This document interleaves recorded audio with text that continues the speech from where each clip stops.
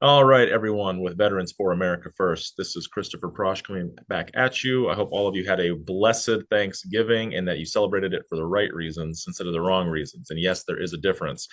So today I have a phenomenal pastor, probably one of the top 10 best pastors in the entire world. And yes, I can say that with confidence.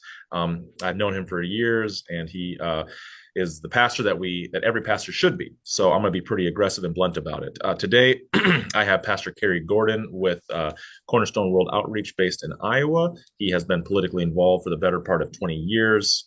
He has taken the fight to state and federal and local governments.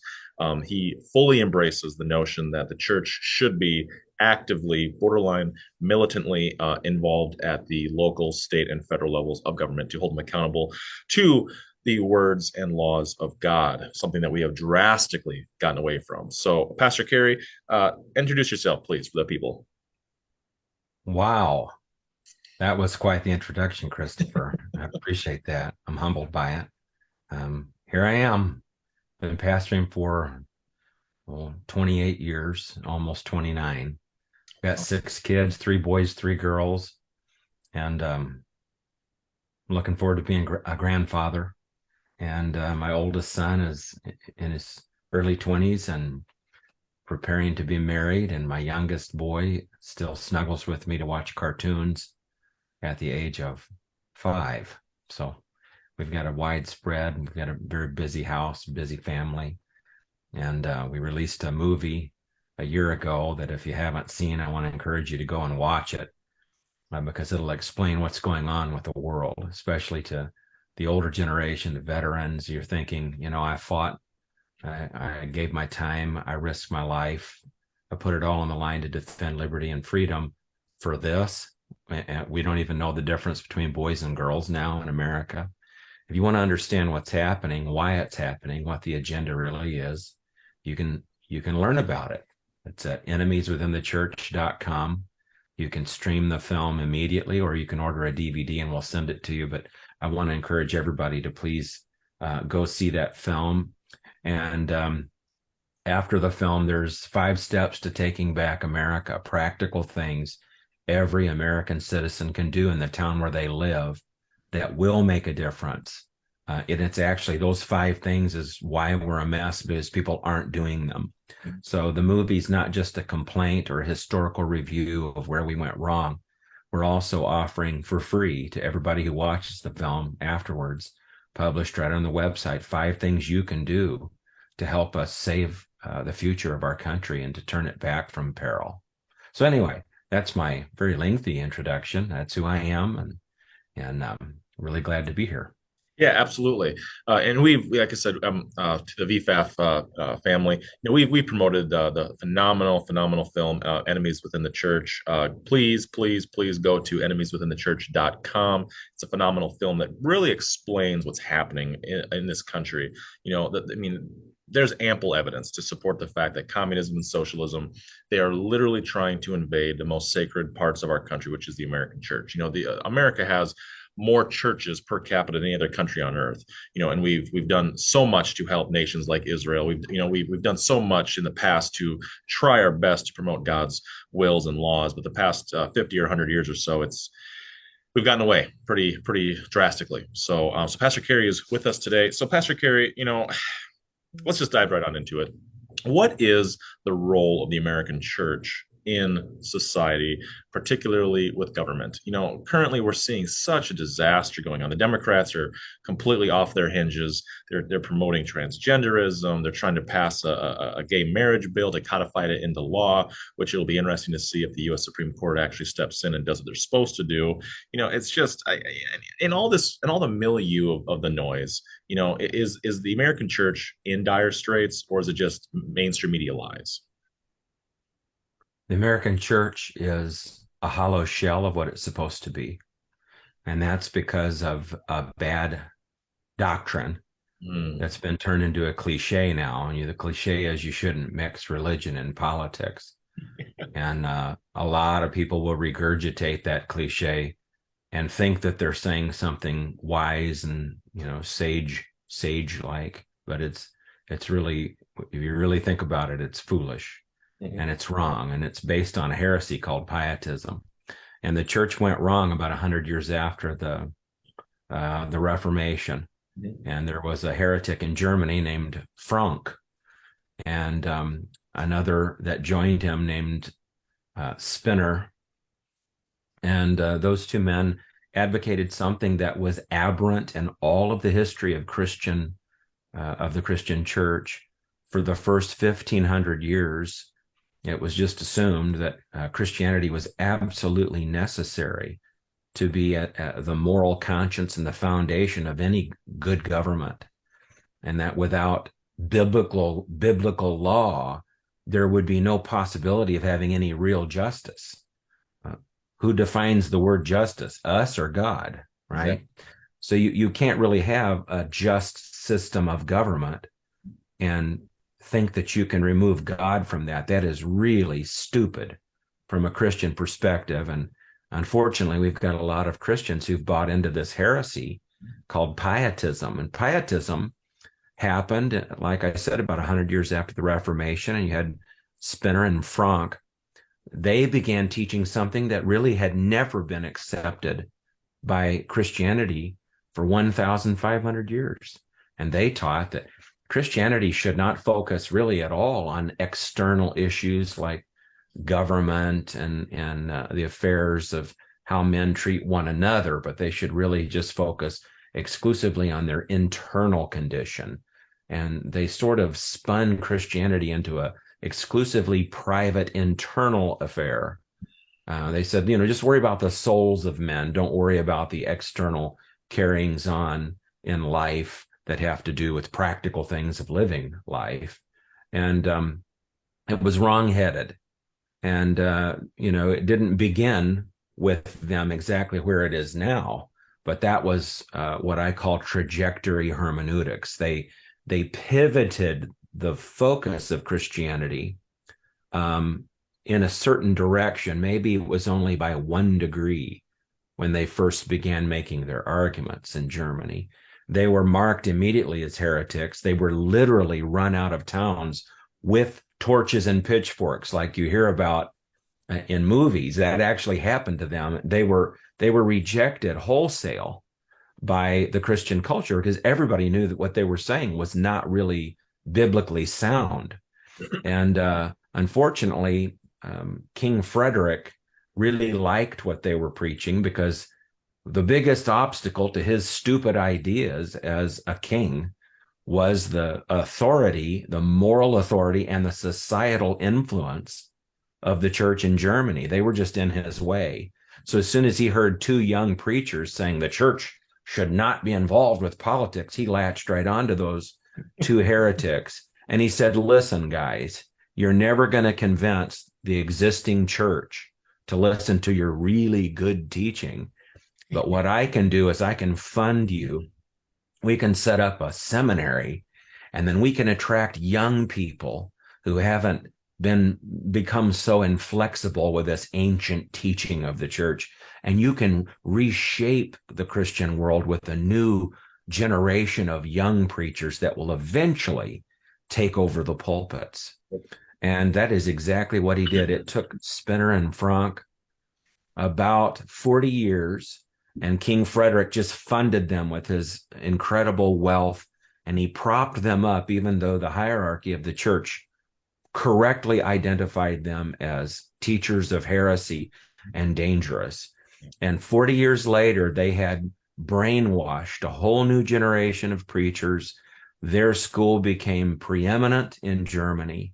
And all of Christianity, through the retirement of the old guard and the replacement with the new guard, German Christianity was fundamentally changed. And of course, this notion of that we call pietism, the heresy of pietism, laid the railroad tracks, so to speak, for Auschwitz.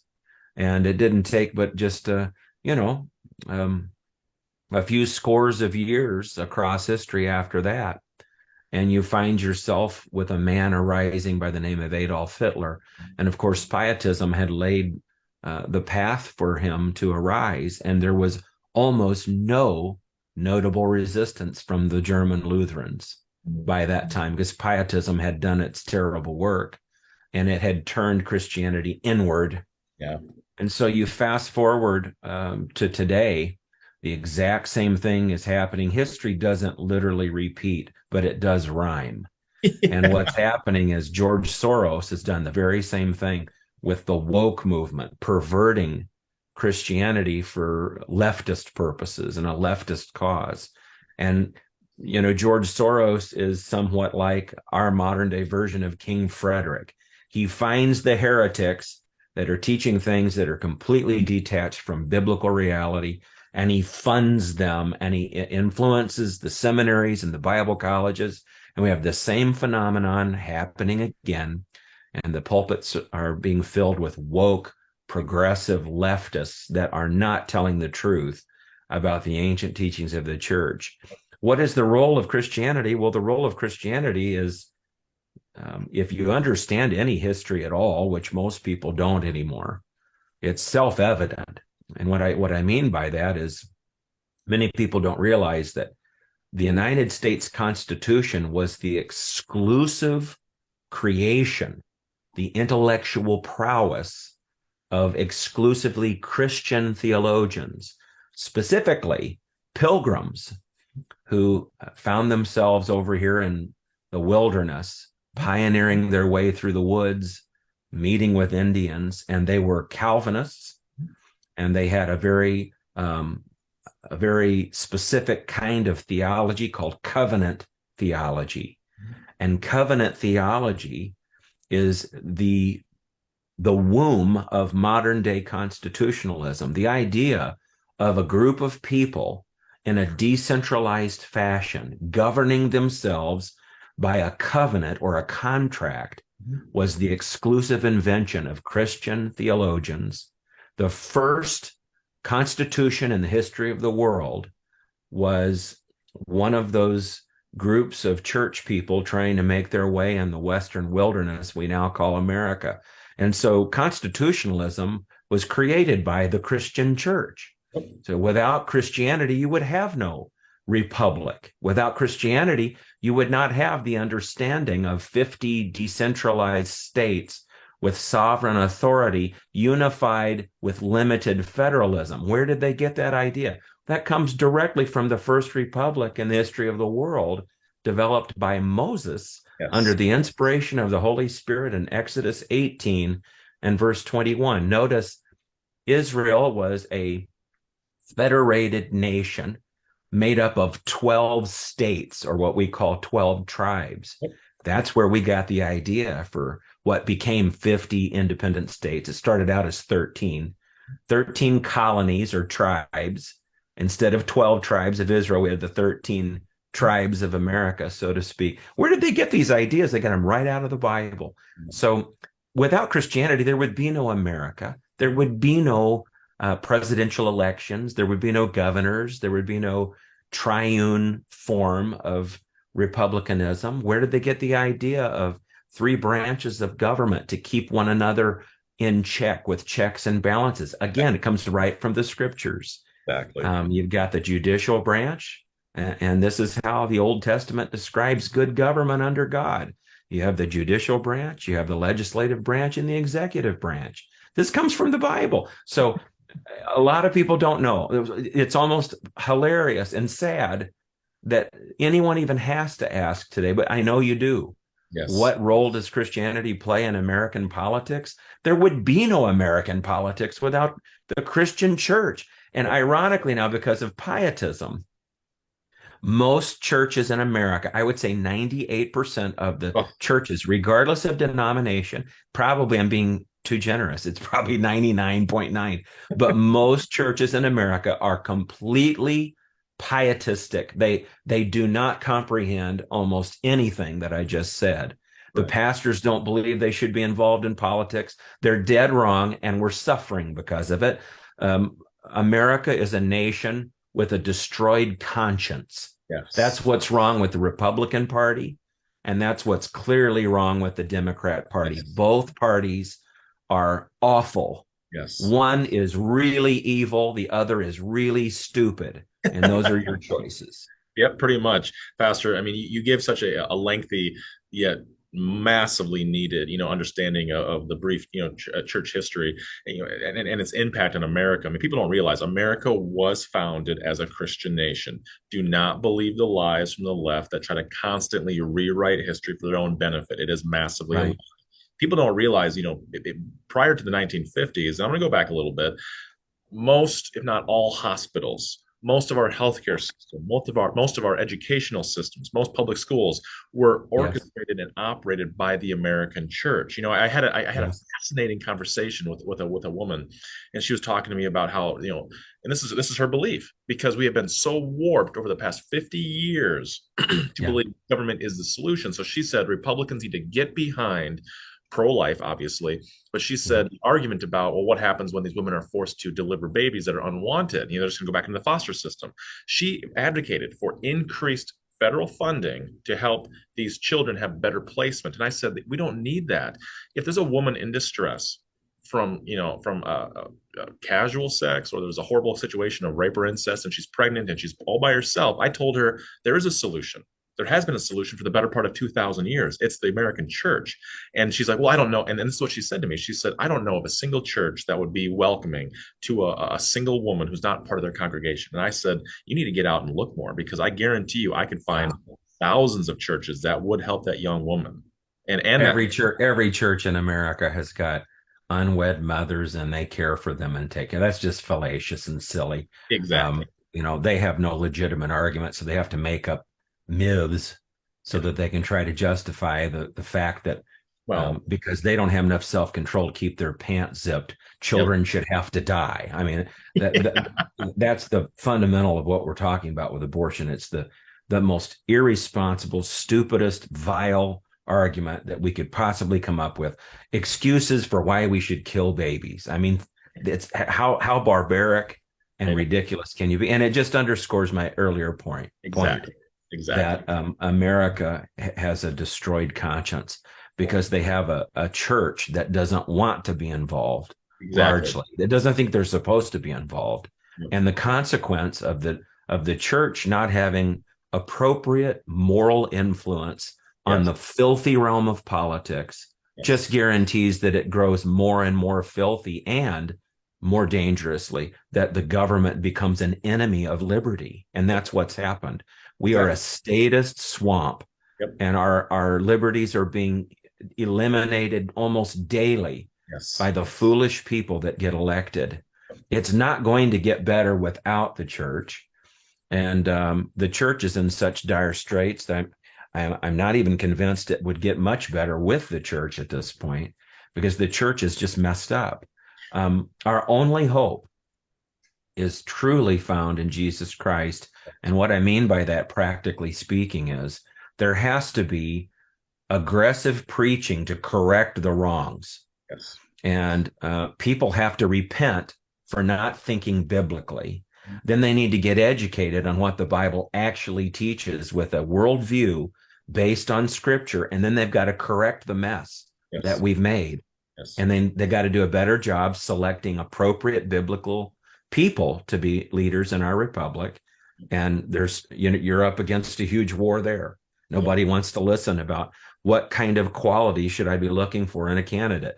Well, they don't. They say, "Oh, that's impractical," and they won't listen. So they just keep picking from the same group of idiots, and they get the same results, which is garbage and deletion of liberty and freedom. So, we've got to get back to the Bible and got to actually obey the Bible, or nothing changes. And Exactly. that can't be done without a move of God at this point. Without Jesus, without God, without the church, without fiery preaching and aggressively pointing back to the laws of the scripture, that, by the way, that the law of God doesn't care how you feel, and it's about objective truth. Yes. And so preachers are going to have to preach whether people like the sermon or not. Exactly. You know? Exactly. And without that, there is no hope for the future of America. There's no political party. There's no election you're going to have. You're not going to have a president come and save you. Presidents can't save you. That's not the way this government was designed. This is a bottom-up government. It's decentralized. It's not a despot or a king that we're electing. It's a temporary person. They last 4 years, maybe 8 if they're lucky, and they're gone. Yep. And they can only do so much. And so, really, you've got to get back to thinking even about how the government works. And that's why at the end of our movie, we advocate Yep. make a difference in the town where you live. That's how you change this kind of a nation. Yep. You don't change this nation electing some superhero every 4 years. You've Yeah. got to do your job where you live. And that means you're going to have to probably have people not like you because you speak truth. Right. And, Well, and that's makes sense.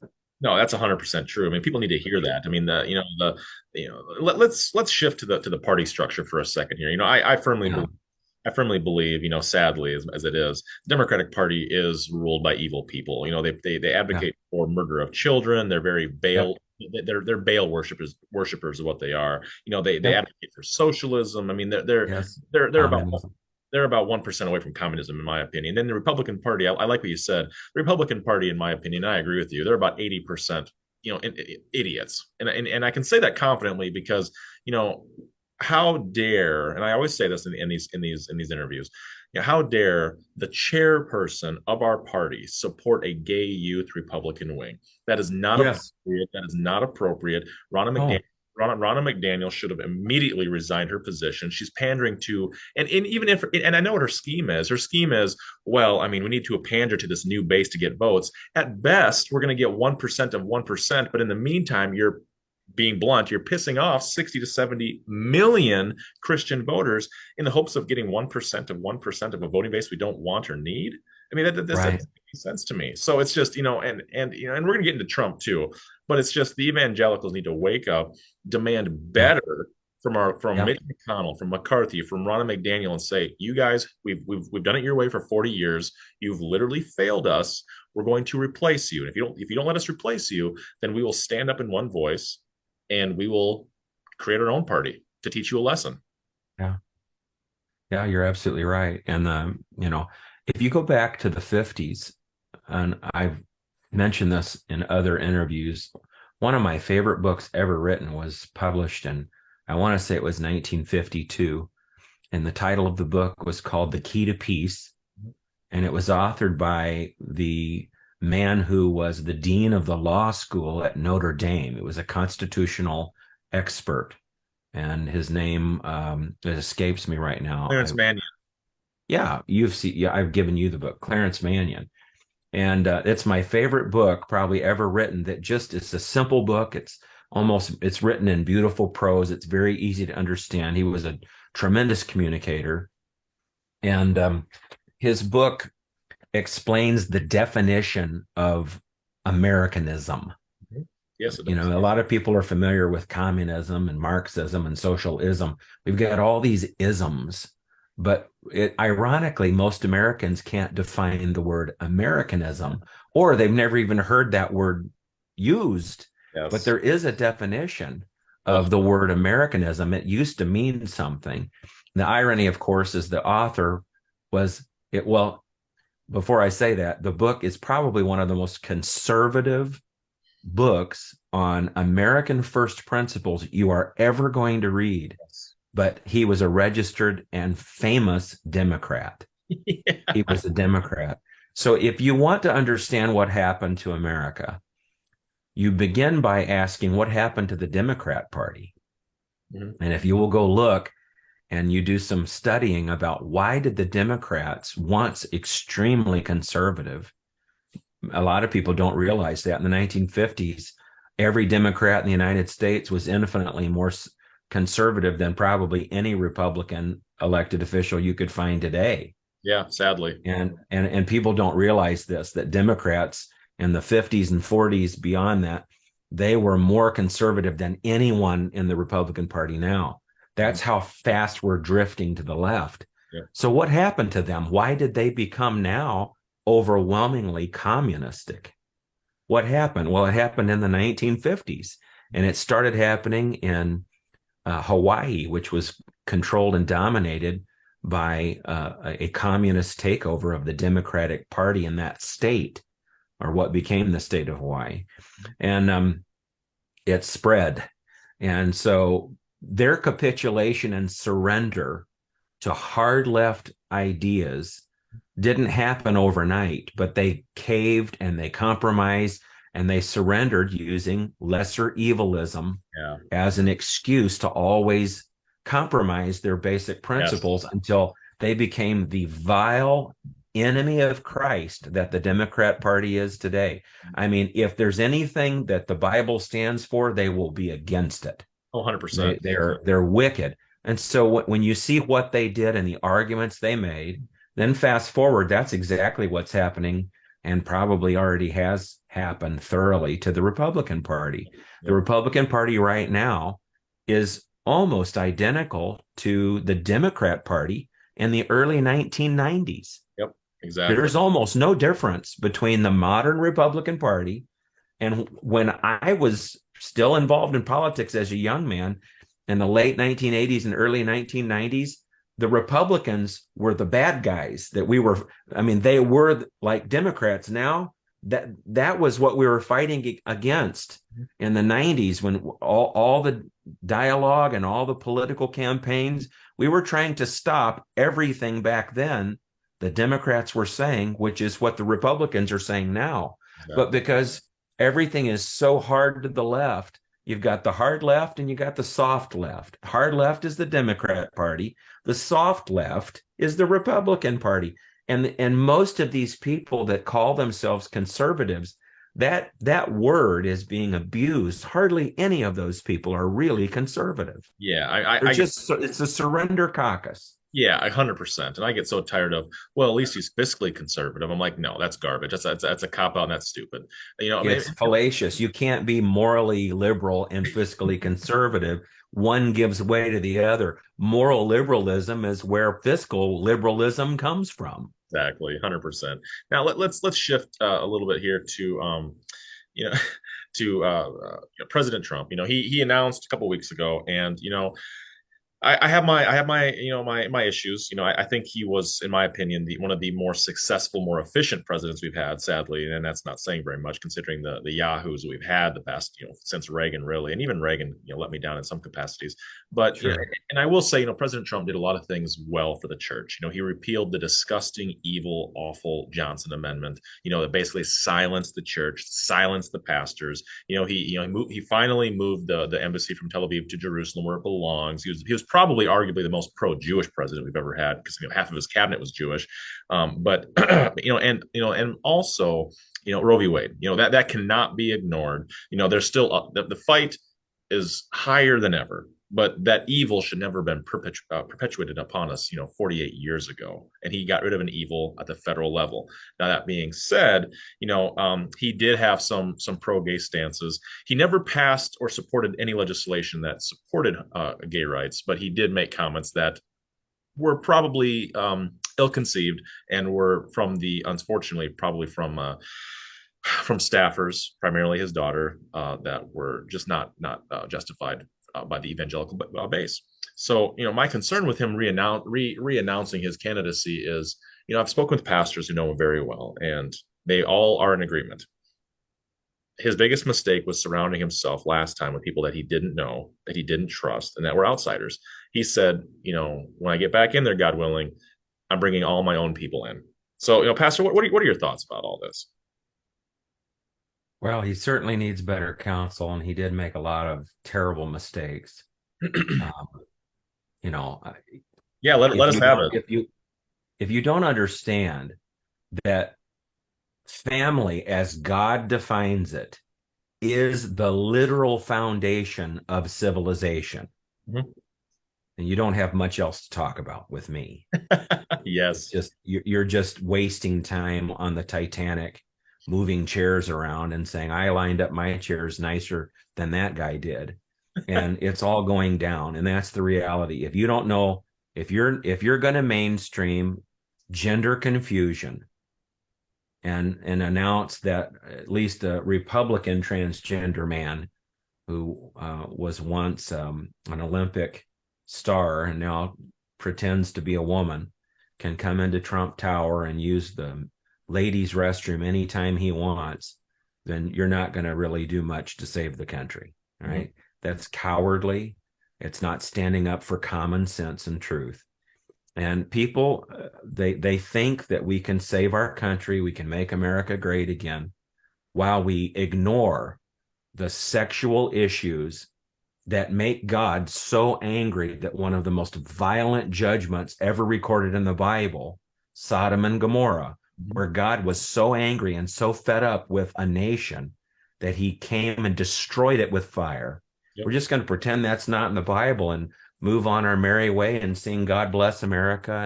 And it's nonsense. You're not going to restore America unless you're willing to fight about fundamental issues of Yep. there's only boys and girls, and you can't marry, two boys should not be getting married. That's fake.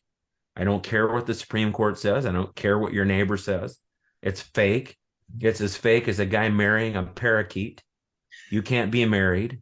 Marriage is only how God defines it. There's Exactly. a biological reality here. It's the elephant in the room. And why can't two men be married? Well, because two men's body parts don't fit together naturally. It's unnatural. It's not biblical, but it's not even based in reality or science or biology, Exactly. or you can't make babies. Yep. See? Correct. So Correct. why do men and women come together? Why are they attracted? Well, because that's natural and normal. Yep. And they are given a power. It's the law of procreation. They can create new life.